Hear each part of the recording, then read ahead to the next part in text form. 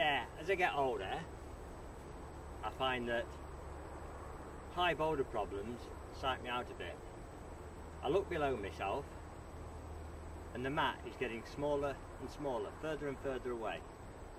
And this inhibits me to make difficult moves high up. And it's a problem a lot of people must deal with. I think I might have solved the problem.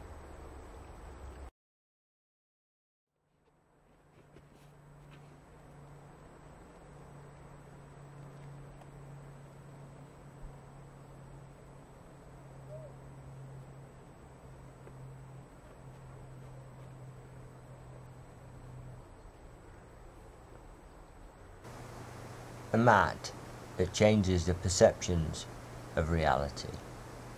This is my idea. The mat can be made cheaply and quickly. Simply clip 2 small holes in the corner, thread the piece of wire through,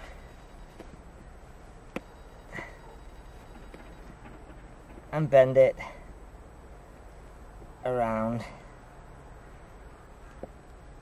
to make a loop. I'm using copper wire here, but any wire should do. Piece of galvanized wire, fence wire. Obviously, if you're doing it on the crag, you don't want too big a gauge wire, it'd be difficult for your fingers.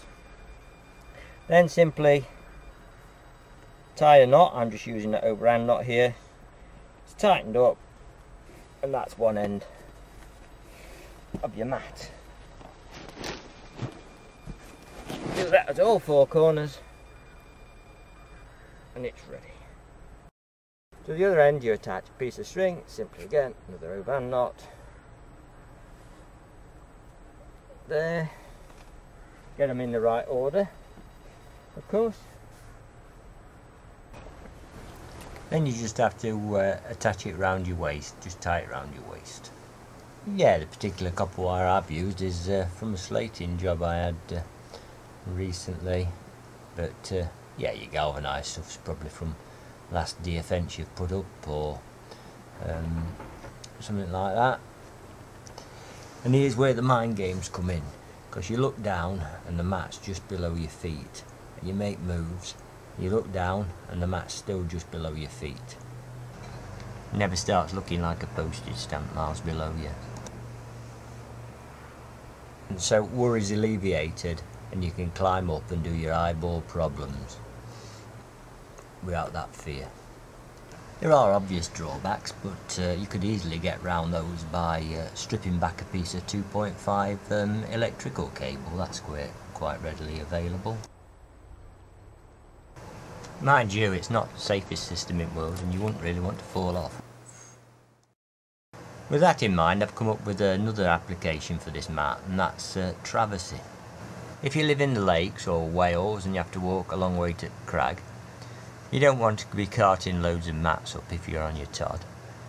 So with this device, as you traverse along, it always stays with you, making sure you've got a safe landing, or should the ground be boggy and you have to step off, then your feet will stay dry. Oh, where's the next hole? Can't find it. Step off, dry feet, lovely. Look around, look for the holds, step on a rock there, find the holds, then get back on and resume your work. There we go. You might be thinking, this guy's a bit of an idiot. And I can see your point.